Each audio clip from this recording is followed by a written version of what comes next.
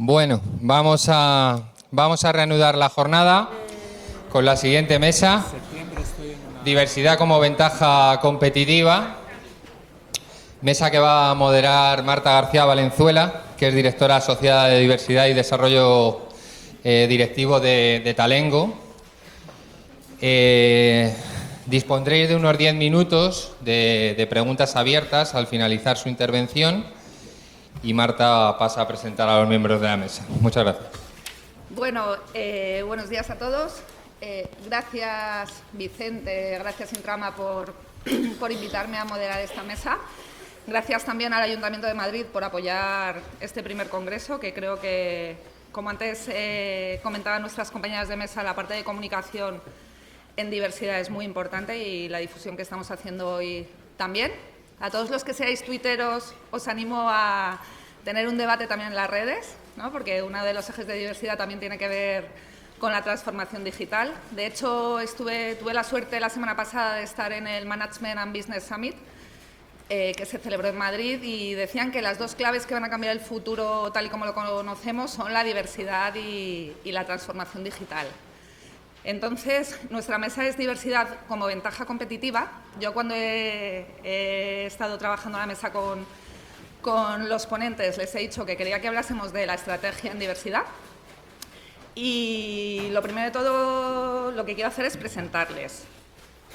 A los cuatro les he pedido que salgamos de las zonas comunes, que no tengamos discursos corporativos, que hablemos de cosas que han ido bien, pero también hablemos de las cosas que son difíciles en la gestión de diversidad. Y primero me gustaría saber en la sala cuántas personas hay que sean miembros del comité de dirección. Si podéis levantar la mano.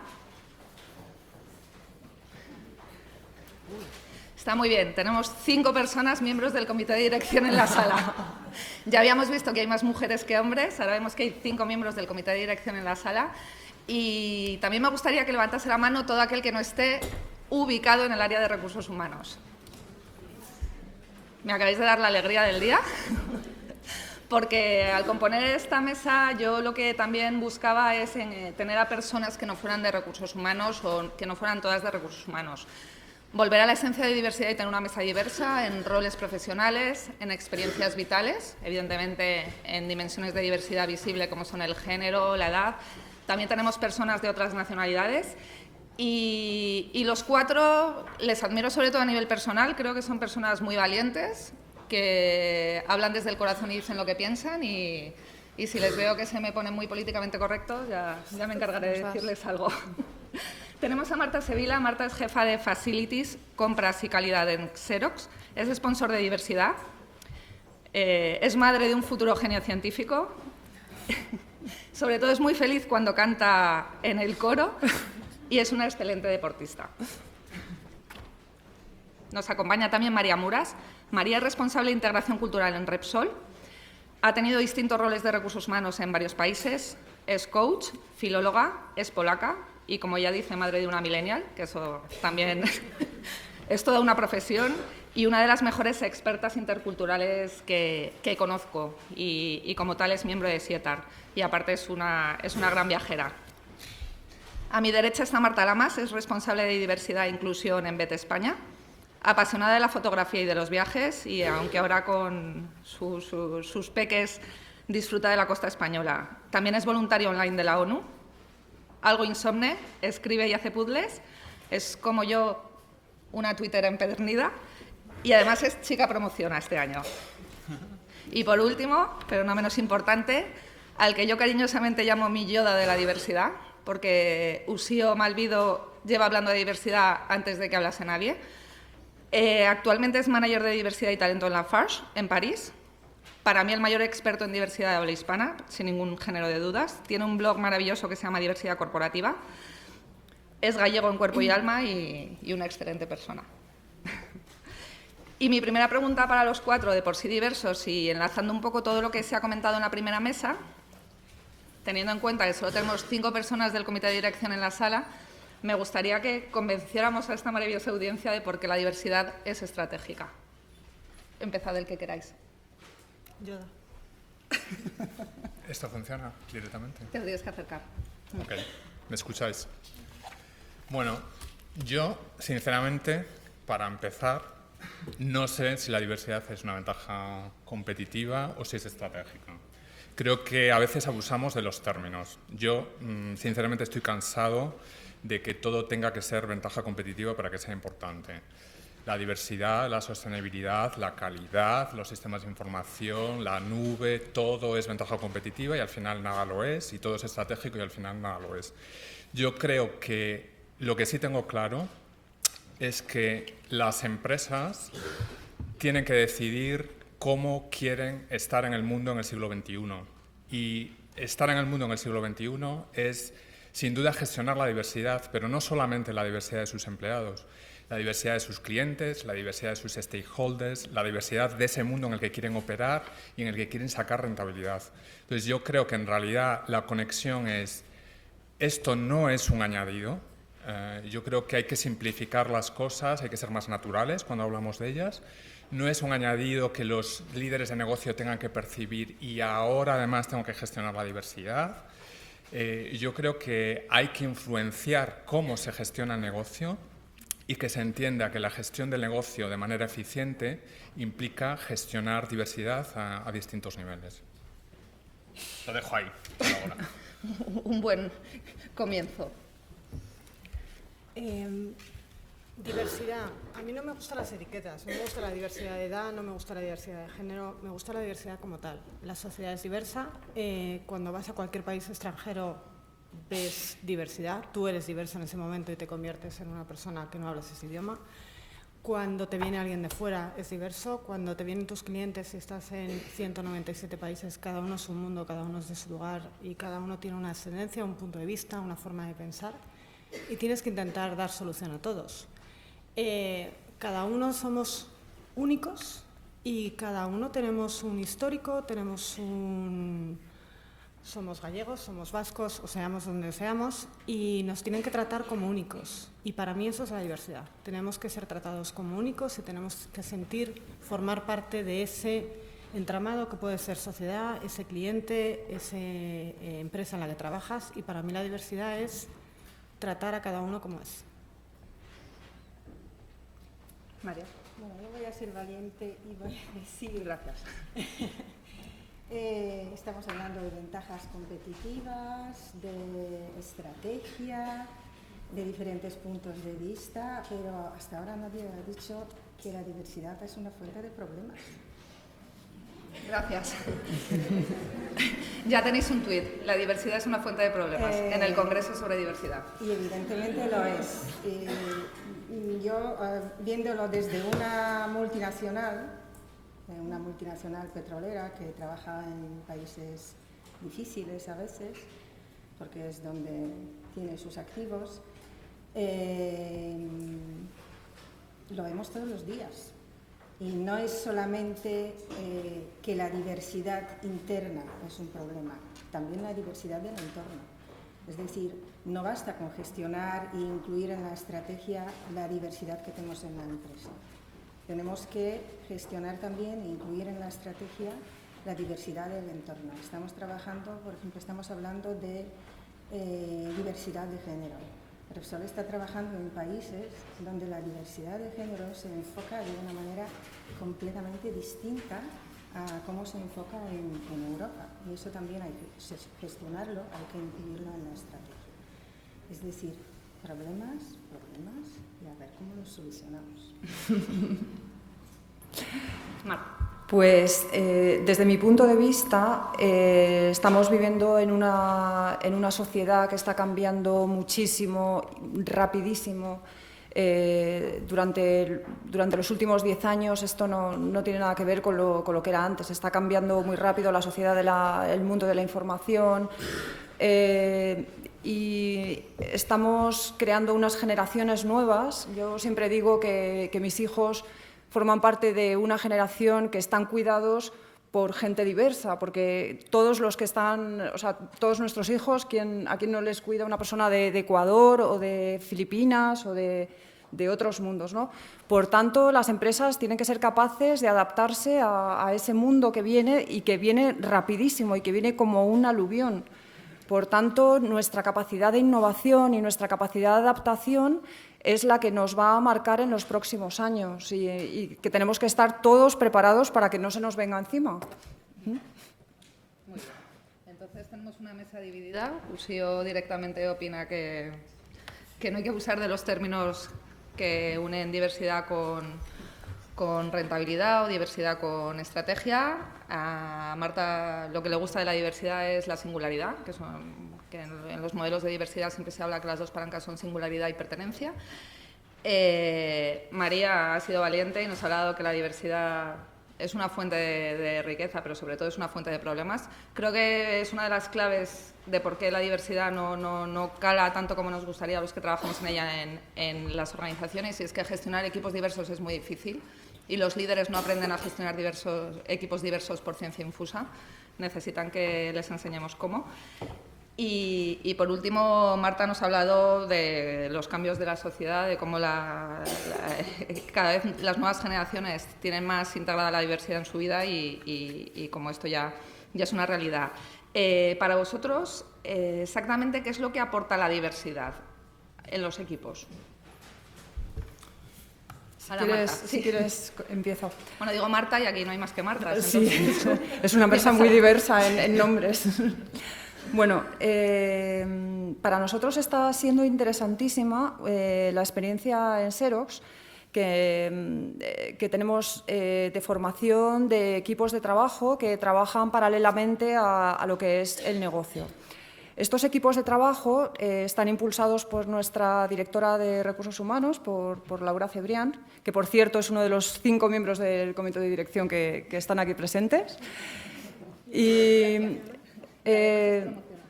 además es promociona. Y estos equipos los llamamos de Fresh Thinking, precisamente porque queremos que las acciones de diversidad y de cualquier tipo de acciones que hagamos relacionadas con las personas que trabajan en Xerox vengan de las personas que trabajan en Xerox. Entonces, estos equipos los montamos con gente representando a todas las áreas, todos los niveles de edad, todos los niveles jerárquicos, y realmente son equipos muy potentes porque las acciones que estamos haciendo de recursos humanos últimamente vienen de los propios recursos humanos, no vienen de recursos humanos. No sé si me estoy explicando. O sea, son acciones que los propios equipos trabajan y, por tanto, siempre tienen éxito, porque son las propias personas que trabajan en la compañía las que las están proponiendo. Para nosotros está siendo una experiencia de verdad fantástica, que está funcionando fenomenal. Ya hicimos el primer Fresh Thinking, yo soy jefa de Facilities, acabamos de cambiarnos de oficina. Mi segundo tema favorito es el cambio de oficina. Y bueno, realmente la formación de estos equipos nos está nutriendo de muchísimas ideas muy innovadoras y yo creo que es un caso de éxito y que se debe totalmente extrapolable. Fenomenal. María. Bueno, en Repsol la diversidad de los equipos viene sobre todo por la diversidad cultural de origen. Repsol está reclutando muchos especialistas que vienen de otros países, de otros mercados, entre otras cosas, porque en España no hay ninguna escuela de petróleo. No se te oye. María. Ese es el micrófono. Te lo cedo. En Repsol estamos seleccionando y empleando muchísimos especialistas extranjeros que vienen de otros países, entre otras cosas porque en España no hay ninguna escuela de petróleo. Aparte de esto, como es una empresa que trabaja en los 5 continentes, en más de 30 países, y tiene muchísima movilidad de personal, pues los equipos son culturalmente diversos. Vienen de diferentes países, hay como 80 o más nacionalidades en la empresa. ¿Y qué es lo que pasa? Ese filtro distinto que nos da la cultura para percibir e interpretar el mundo, también nos sirve para abordar las cuestiones y los problemas de distinta manera, verlos de distinta manera y buscar unas soluciones diversas. Y eso es lo que enriquece mucho los equipos. Pero hay un tema que hay que cuidar, que hay que gestionar, que es que los equipos se estructuran de diferente manera. Por muy multiculturales y diversos que sean, pueden tender a homogeneizarse precisamente para evitar problemas, para evitar conflictos.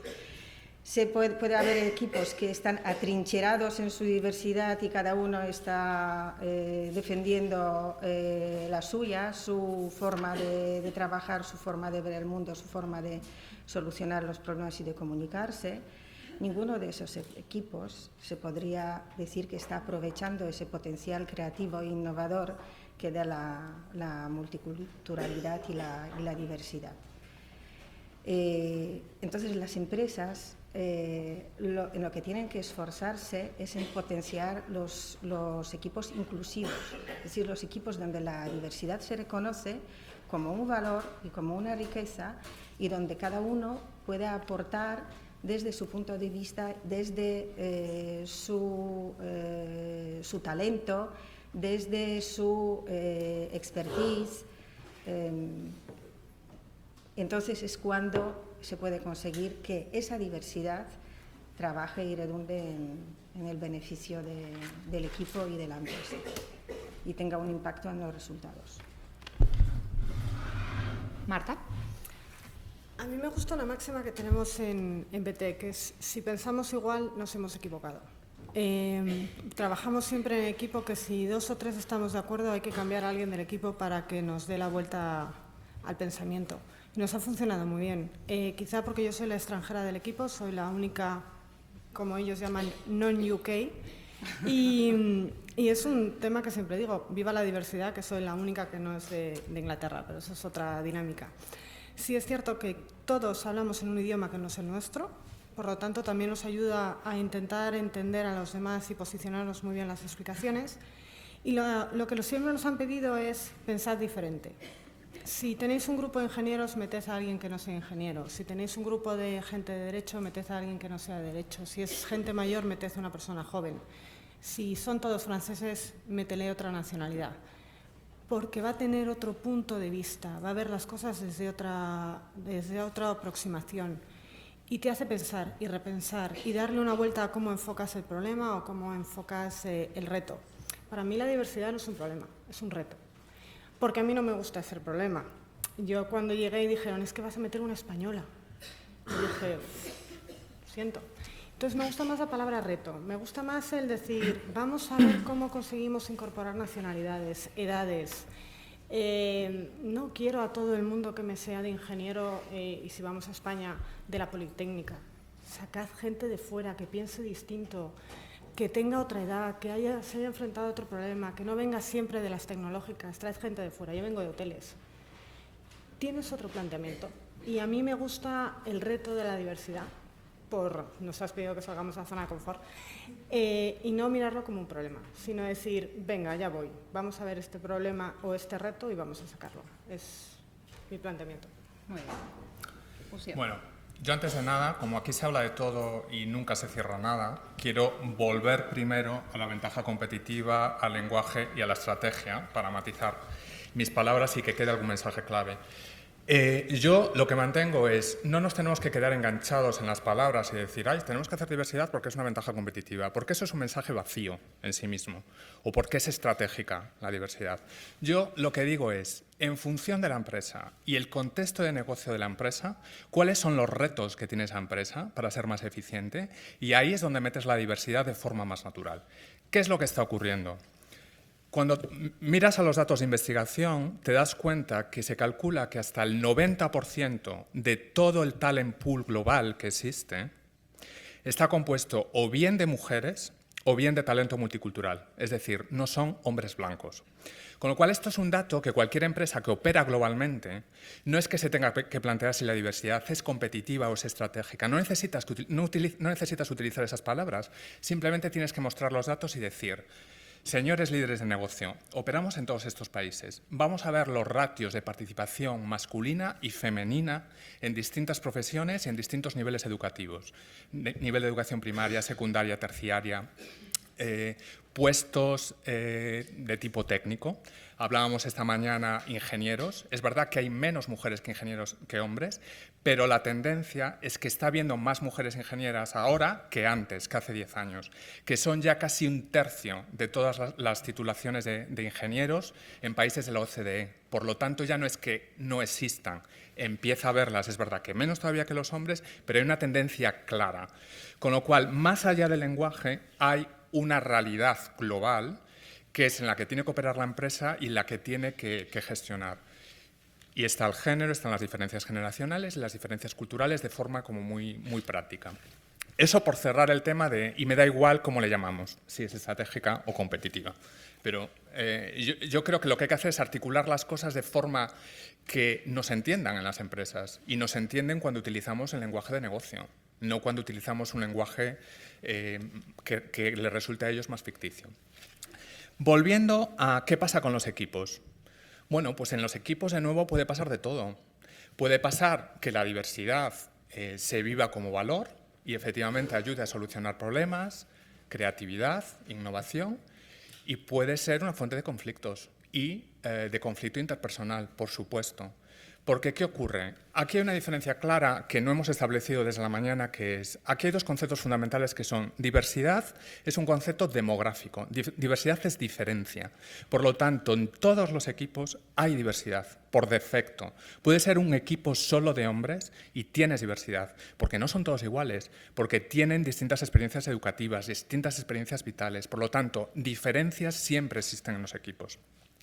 Por lo tanto, hablamos de diversidad como una realidad demográfica, diferencias en los equipos, en las plantillas. El otro concepto que es clave no es integración, es inclusión, que es de todas esas diferencias, porque todos somos diferentes, ¿quién se siente parte del proyecto de la empresa y quién no? ¿Quién siente que tiene oportunidades para contribuir con todo su potencial y quién siente que no? Y ese es el concepto de inclusión. ¿Cómo generamos inclusión en el equipo y en la empresa en su conjunto?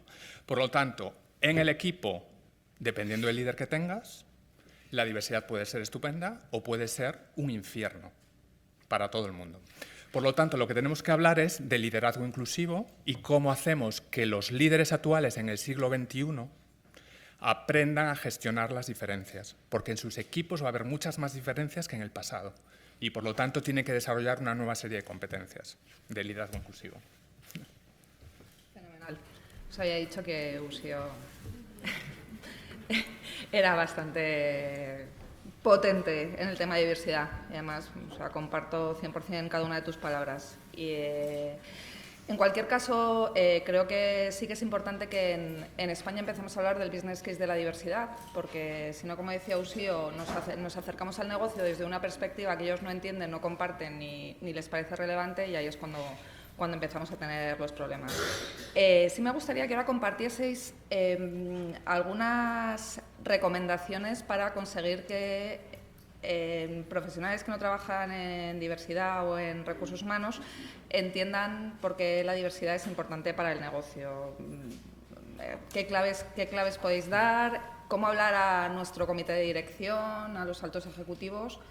¿Qué recomendaciones haríais? Empieza Marta.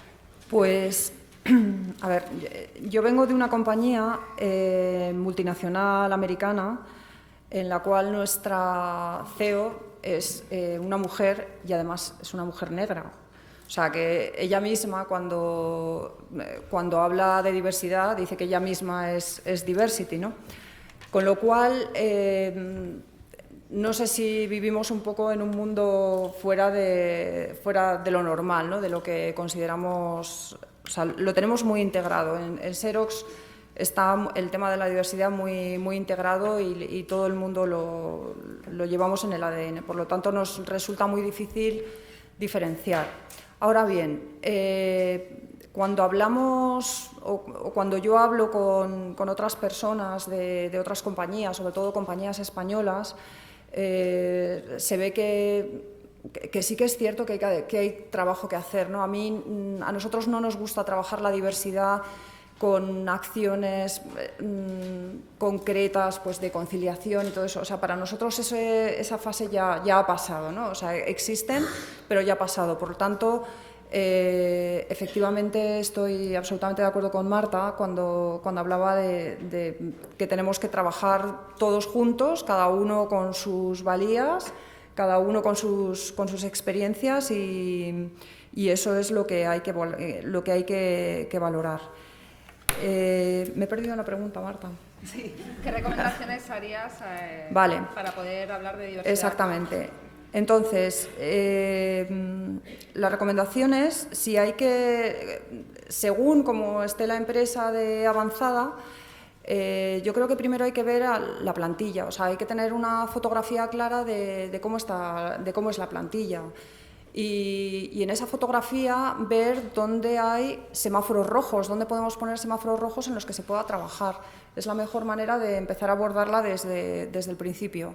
En el caso de empresas que ya estén más avanzadas, como la nuestra, como puede ser en Xerox, que pues ya nos da un poco de cosa lo de decir, bueno, a esto van solo las mujeres o vamos a invitar solamente a cierto grupo de empleados, ya no nos gusta. Lo que nos gusta es que nuestra plantilla esté representada. O sea, si nuestra plantilla tiene unos porcentajes pues de mujeres, de hombres, de extranjeros, de discapacitados, en cada acción que hagamos de negocio, lo que nos gusta es que nuestra plantilla esté representada, tal y como es. Por lo tanto, lo que hacemos más es una labor de vigilancia.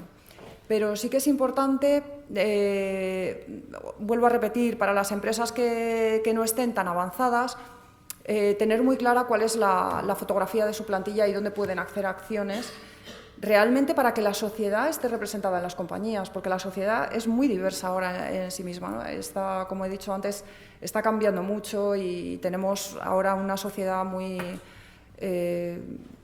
distinta a la que teníamos desde hace unos años, ¿no? María. Bueno, yo voy a tirar del hilo de lo de empresa multinacional americana. Yo vengo de una empresa multinacional española, que hasta hace poco era hispano-española.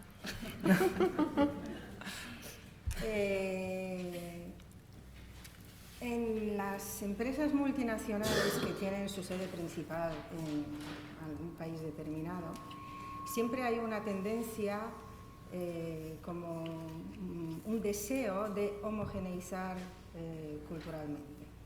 Es decir, hay una cultura corporativa, una cultura de la organización, y se intenta que sea algo compartido por todas las personas de la compañía, independientemente de su diversidad. Y por otro lado, tenemos la heterogeneidad de las personas y las microculturas de las filiales, cada una influida por su cultura nacional, igual que la cultura corporativa o la cultura organizacional está fuertemente influida por la cultura nacional de la casa matriz. En este panorama, en Repsol, por ejemplo, el esfuerzo está en que esta cultura que se intenta tener para toda la compañía como un marco de referencia, como un marco interpretativo, que realmente sea interpretado de la misma manera en todos los sitios, en todos los países, en todas las filiales, que todas las personas que pertenecen a la empresa lo interpreten los valores y entiendan los valores de la misma manera. Porque he hablado antes en qué países estamos trabajando, pues, por ejemplo, la igualdad no se comprende de la misma manera en todas las culturas, o la integridad, o la innovación. Es decir, ahí estaría el esfuerzo de la alta dirección, empezando por ahí, y el esfuerzo de todas las personas de la empresa en no homogeneizar, sino en compartir los valores culturales y compartir ese marco de referencia que que permite a los empleados de una empresa interpretar la realidad de la misma manera. Gracias. Marta. Después de esto, yo siempre digo que ¿para qué quieres la diversidad? O sea, es decir, la diversidad la quieres porque te vas a hacer internacional, la diversidad la quieres porque quieres cumplir con una cuota de mujeres, de personas con discapacidad. Depende de lo que quieras hacer, tendrás que aplicar pues, como una receta, ¿no? Yo siempre digo que si quiero ser internacional, al menos nosotros siempre nos ha funcionado cambiar los valores, porque los valores de una empresa española cuando se hace internacional cambian, porque coges países diferentes que ven las cosas distintas. Si quieres cumplir con una cuota o una legislación, pues haces el cortapega, chapucero, que llamo yo, de poner cosas para solventar. Si realmente quieres ser una empresa diversa, empieza a hacer un diagnóstico, mira a ver lo que tienes, qué nacionalidades, qué personalidades. Haz una foto y a partir de ahí el elefante por trocitos. ¿Dónde quiero estar? ¿Qué quiero cambiar? ¿Qué no me gusta? Porque hay veces que muchas veces los empleados te dicen qué es lo que no les gusta. Si vamos desde la perspectiva de recursos humanos, muchas veces el cliente te dice esto es lo que no me gusta. Entonces la diversidad también tiene distintos focos y yo creo que tienes que ir a cometerlos. Empezar, pues estoy de acuerdo con Marta de Seos, porque como me encantas. Cuando llevas mucho tiempo es difícil volver a retrotraerte dónde empezamos o por dónde se empieza, porque ya lo tienes como muy asumido y hay veces que te cuesta pensar por dónde empezaste y cómo empezaste a contar aquello y cómo alguien te miraba mal cuando empezabas hablando de diversidad. Pero bueno, si te retrotraes y empiezas a poner situaciones de pues, cuando te fuiste al extranjero que sentiste, o cuando vino alguien de fuera que sintió, o cuando te llega una persona joven y no entiende nada de cómo funciona la organización, yo creo que ahí es el momento de coger y decir, allá vamos a por la diversidad. Receta. Para construir el business case de diversidad hay 3 grandes dimensiones y cualquier business case de diversidad se puede construir a partir de esas 3 grandes dimensiones. Una es el entorno legal y es muy importante el entorno legal. Dependiendo del país donde estás operando o donde quieres implantar un programa de diversidad, hay determinadas legislación sobre igualdad de oportunidades o no discriminación. Y hay diferencias entre países en cómo se estructura la población y qué colectivos dentro de esa sociedad el gobierno quiere proteger por el tipo de razones que sean o tiene un tipo de legislación especial. Por lo tanto, el entorno legal es uno de los primeros elementos a considerar cuando estás montando un business case de diversidad, porque es como el suelo mínimo. Somos una empresa, operamos en este país, operamos globalmente, hay que entender el entorno en el que operamos. La segunda dimensión es valores. Y también ha salido, y creo que es muy importante, que es, tú en función del estilo de empresa que quieres ser, el estilo de empresa que quieres ser en el mundo, tienes unos valores corporativos de cómo quieres hacer negocios y por lo tanto puedes incluir los elementos de diversidad e inclusión como parte de tus core values y de cómo quieres gestionar tu negocio globalmente. Y esa parte es importante y en muchas empresas es un motor fundamental porque es la parte, digamos, inspiradora, la que da sentido al trabajo a los empleados, la que moviliza un poco las energías dentro de la empresa. Por lo tanto, ese componente es importante y puede tomar la forma de diversidad como tal, puede tomar la forma de respeto, o sea, tiene distintas formas de formulación, pero en muchas estructuras corporativas hay alguno de los valores que refleja el tema de diversidad e inclusión. La tercera dimensión es la que hablábamos con el tema de ventaja competitiva y es entorno de negocio. Y ahí sí que tenemos que ser específicos. En función de dónde opera la empresa, del tipo de negocio en el que está operando, los motivos de negocio son diferentes. Yo he trabajado ya en temas de diversidad e inclusión en 3 multinacionales diferentes, una americana, una británico-australiana y ahora en una francesa. Las realidades de negocio son muy diferentes. El entorno legislativo de la empresa matriz, de donde está la sede central, marca la visión sobre la diversidad y cuáles son las prioridades y, por lo tanto, tienes esa influencia del entorno legal del país de origen de la empresa y del entorno de negocio. Por lo tanto, el business case nunca es genérico, siempre es específico y es una pena porque nos lo tenemos que currar. Significa que en nuestra empresa tenemos que utilizar datos que realmente sirvan para nuestros líderes de negocio para entender que en función de los países donde operan, del talento que quieren captar, gestionar la diversidad y la inclusión es un elemento importante para ellos. Y con eso cierro el tema del business case. Quería puntualizar un tema sobre el concepto de diversidad e inclusión. Comenté, diversidad es una realidad demográfica y la empresa puede decidir cuáles de las diferencias son estratégicamente más relevantes y en cuáles se va a focalizar. Puede ser género, puede ser diversidad cultural. Por lo tanto, el componente demográfico de la diversidad e inclusión se gestiona de una determinada manera. Miramos a cuáles son las diferencias críticas en nuestra plantilla y qué programas de atracción, retención y desarrollo de talento ponemos en marcha para esos colectivos. Y por lo tanto es gestión del talento, la parte demográfica. La parte de inclusión es muy bonita, pero es muy complicada, porque es la parte de cultura de empresa, que es cómo creo un entorno donde realmente todas esas diferencias la gente se siente a gusto y realmente contribuye a su máximo potencial. Y eso que suena muy bonito hay que operativizarlo. ¿Cómo un líder de negocio entiende que puede ser inclusivo? Y puede serlo diciéndole, tienes que trabajar en dos ejes.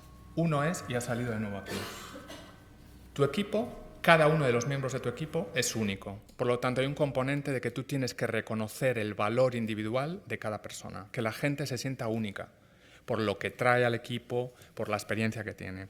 Y la otra dimensión es, tienes que conseguir que, aunque son únicos, y les hace sentir únicos, forman parte de un proyecto común.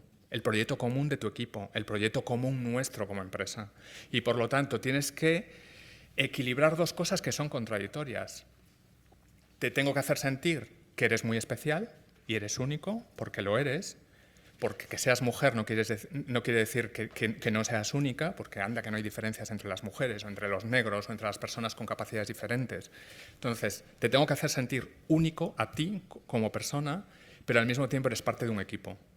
Y esa es un poco la complejidad, pero la forma de articular, de forma que comprendan cómo tienen que gestionar el equipo, con esa doble tensión, digamos. Antes de cerrar la mesa, os había prometido unos minutos para preguntas de la audiencia, así que este es vuestro momento. Aprovechadlo.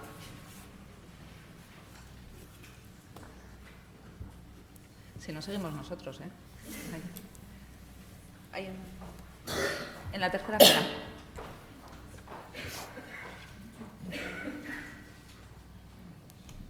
Muy buenos días, Victoria Basaine de Diario Responsable.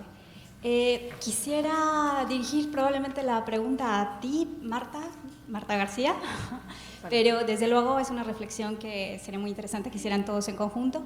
Tuve ocasión de escuchar a una mujer valiente en una reunión que no viene a caso detallar, pero decía básicamente, y tú puedes dar fe de ello, Marta, que en buena medida la diversidad no cala en las instituciones gracias a la mediocridad de los líderes. Así que sería interesante que dieran su punto de vista y que reflexionaran sobre ello. Gracias, Victoria, por la pregunta. A mí cuando trabajo en diversidad no me gusta el enfrentamiento. Y de hecho por eso cuando lidero proyectos en Talengo siempre lo hago desde el concepto de talento diverso, no de diversidad, porque estoy absolutamente de acuerdo con todo lo que han comentado los ponentes respecto a que las etiquetas es lo que más daño puede hacer a una organización. Si empezamos a clasificar a todas las mujeres con un determinado estilo de liderazgo, a todos los hombres como los stopper de las carreras profesionales, de las directivas, a los jóvenes poco formales, a los mayores poco tecnológicos. Yo antes me reía con Marta porque yo soy de la generación X, pero me creo más millennial que nadie. Intento transmitir esa visión en todo lo que hago. Entonces, efectivamente, yo creo que no es una cuestión de mediocridad, es una cuestión, como decía María y también decía Ursío, de homogeneidad. El problema que tenemos en las empresas españolas es que hay comités de dirección muy homogéneos, que piensan igual, que hacen lo que yo llamo el ataque de los clones, que es replicar un modelo de liderazgo porque ellos promocionan a aquellos que se parecen a ellos porque se atribuyen un talento determinado, porque todos tendemos a pensar que lo que nosotros hacemos es lo bueno. Entonces, por eso, dentro de los proyectos que yo hago, pongo mucho foco en la parte de los sesgos inconscientes, que no sé si conocéis.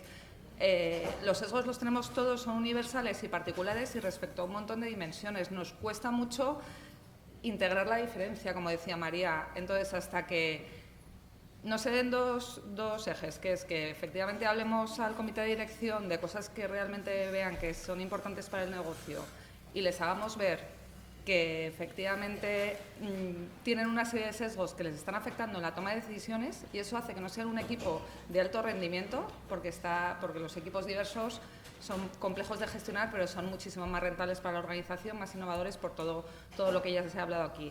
No vamos a avanzar nada. Entonces, o sea, a mí no me gusta hablar de mediocridad, pero sí que creo que el problema que tenemos en España es que hay mucha homogeneidad de pensamiento. Y entonces, por eso también esta mesa ha intentado que nos saliéramos un poco de las zonas comunes, porque creo que también como portavoces de diversidad es nuestra obligación.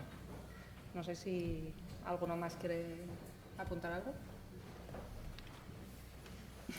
Bueno, yo creo que es una realidad que hay mucha mediocridad en el liderazgo en las empresas, como en muchos otros ámbitos de la vida, pero efectivamente creo que es un mal enfoque, porque yo creo que los programas de diversidad e inclusión tienen que sumar esfuerzos. Siempre. Es la única forma de gestionar ese cambio cultural que hace falta hacer en las empresas para convertirlas en más inclusivas. Y yo creo que muchas veces cuando articulas las cosas de manera correcta y de forma que tiene sentido para el negocio, descubres con sorpresa muchos aliados internos y mucha gente en el equipo directivo que realmente quiere hacer las cosas de otra manera, que simplemente necesita entenderlas, vincularlo a las prioridades de negocio, pero desde esa plataforma desde luego se va a mover. Y por lo tanto yo creo que esto va de generar alianzas internamente a distintos niveles en la organización, en distintos colectivos dentro de la empresa, y generar alianzas hacia afuera, en eventos como este tipo, compartiendo experiencia con otras empresas, con asociaciones, con consultoras. O sea, creo que hay todo un potencial de colaboración y de sumar esfuerzos para que realmente la cultura de las empresas y la realidad de las empresas del siglo XXI responda a las demandas sociales y que se expresan en muy distintos ámbitos, ¿no? Hay otra pregunta. Soy Araceli Mendieta, Alma Consultores. Hay una viñeta de Groucho Marx en la que entrega una tarjeta diciendo estos son mis principios y si no le gusta, pues tengo otros, ¿no? Y la pregunta iba dirigida a María, ¿no?, con lo de los problemas, porque me gustaría que hablaras algo de qué haces cuando entre tus valores y tú en España estás queriendo tener una cultura diversa y eso significa más presencia de las mujeres en determinados puestos, ¿no? Y llegas a un país de Oriente en el que pues, la mujer, precisamente el valor es que está fuera de esos foros de decisión, ¿no? ¿Cómo se hace ahí? ¿Cómo la cultura original intenta integrarse o simplemente acepta la que hay? Esto es una pregunta de coaching cultural, de las más clásicas.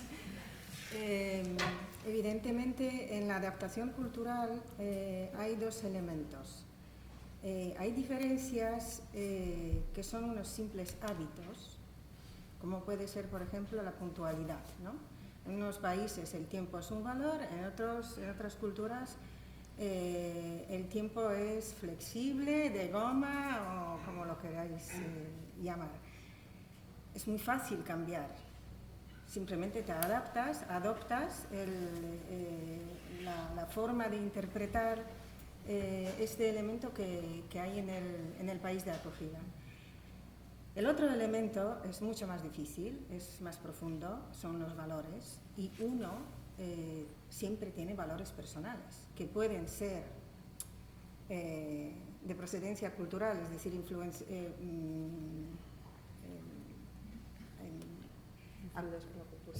influidos por la cultura de origen o por la cultura del entorno donde uno se ha educado, es decir, no solamente de la cultura nacional, puede ser la cultura de la familia, puede ser la cultura del vecindario o de la escuela. En cualquier caso, cualquier cultura se basa en los valores, las diferencias más profundas son las de los valores y uno no cambia los valores personales por los valores de la cultura donde circunstancialmente está. Lo único que puede hacer es respetar el otro valor y tener una suerte de puente cultural. Es decir, no me gusta, no lo comparto, pero lo respeto y adapto mi comportamiento de forma para no chocar con los valores de la otra cultura. Yo quería decir una cosa muy breve sobre esto, y es, efectivamente, cualquier empresa multinacional que opera en muchos países puede verse confrontada a la tensión entre sus valores corporativos y la realidad cultural o incluso legal en muchos países. Las que lo hacen bien, lo que hacen es sumarse a las fuerzas del cambio en ese país e intentar apoyar el movimiento que ocurre en muchos de esos países. A veces hablamos con un a priori de partida sobre determinados entornos culturales y cuando escarbas un poco descubres que no son sociedades inmovilistas, que hay fuerzas dinámicas. Ahora mismo, a nivel de género y a nivel de participación de las mujeres, hay cierta y clara efervescencia en el Middle East. Evidentemente, Saudi Arabia es de los países más complicados y te podría poner ejemplos de cosas que están haciendo empresas en Saudi Arabia. Una de las empresas en las que yo trabajé contrató por primera vez mujeres en Arabia Saudí. Tienes que habilitar todo un programa por dónde entran en el edificio, quién las lleva a la oficina y todo eso, porque las empresas que quieren hacerlo y quieren realmente se suman a ese proceso de cambio e intentan contribuir de alguna manera.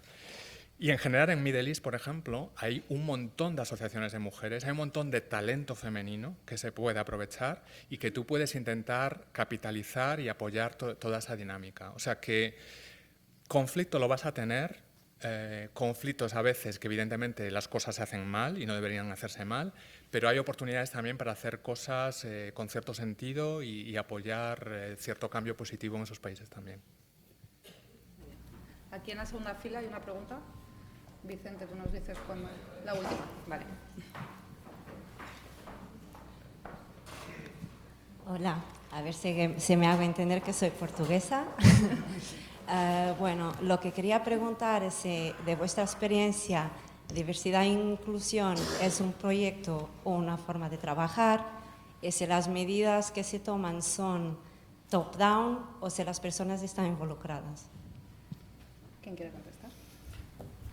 Yo creo que no puedes ir de top-down, tienes que ir en toda la organización, tienes que buscar aliados o embajadores, llámalo lo que quieras, pero también tienes que tener muy claro que la dirección tiene que apoyarte. Y la organización puede apoyarte de una forma muy positiva y marcando estrategias o dejarte hacer. Cada organización es un mundo. Lo que tienes que tener claro es dónde quieres llegar y muchas veces es pactar con la dirección, déjame hacer un poco antes de que tú hables. Pero si la dirección no te apoya, los movimientos son mucho más lentos. También es cierto que yo creo que cualquier persona considera que la diversidad y la integración, y quizás es muy fácil decirlo desde aquí, es valiosa. Lo que pasa es que da miedo y ese miedo tienes que ayudarlo a vencerlo. Es mi consejo. Pues... Yo una cosa, las dos, top-down y bottom-up. Y de hecho las herramientas que utilizas son diferentes. Por un lado está muy bien tener apoyo y compromiso en la dirección, que sea visible, que el presidente de la compañía y miembros de la dirección hablen del tema de una determinada manera, que hay que prepararles en cómo se debe hablar del tema, qué tipo de lenguaje utilizar, pero eso hay que hacerlo, teniendo objetivos claros a nivel de alta dirección de, bueno, ¿cuáles son las prioridades? No vamos a abarcarlo todo de entrada. ¿Dónde ponemos el foco? ¿En género, en esta dimensión, en la otra, en ninguna? ¿Cómo creamos esa cultura inclusiva? Y luego, bottom-up, ¿por qué? Porque tú puedes involucrar a muchos mandos intermedios y empleados en el proceso, a través de grupos de empleados, a través de las iniciativas que montas, a través de encuestas de clima globales donde midas si lo estás haciendo bien o no y la gente te diga si se siente incluida o no.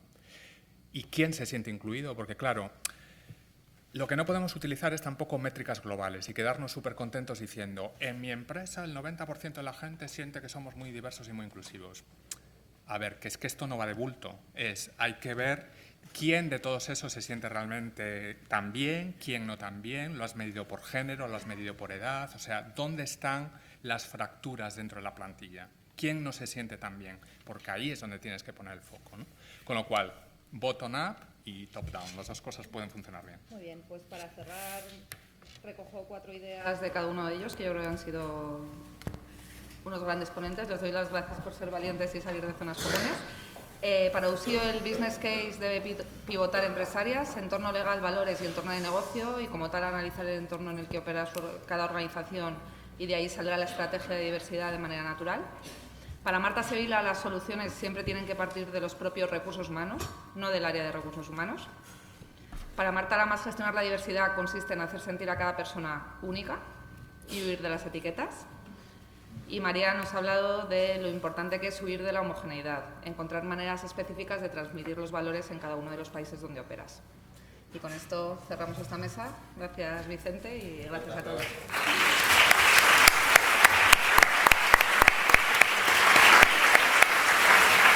Muchas gracias.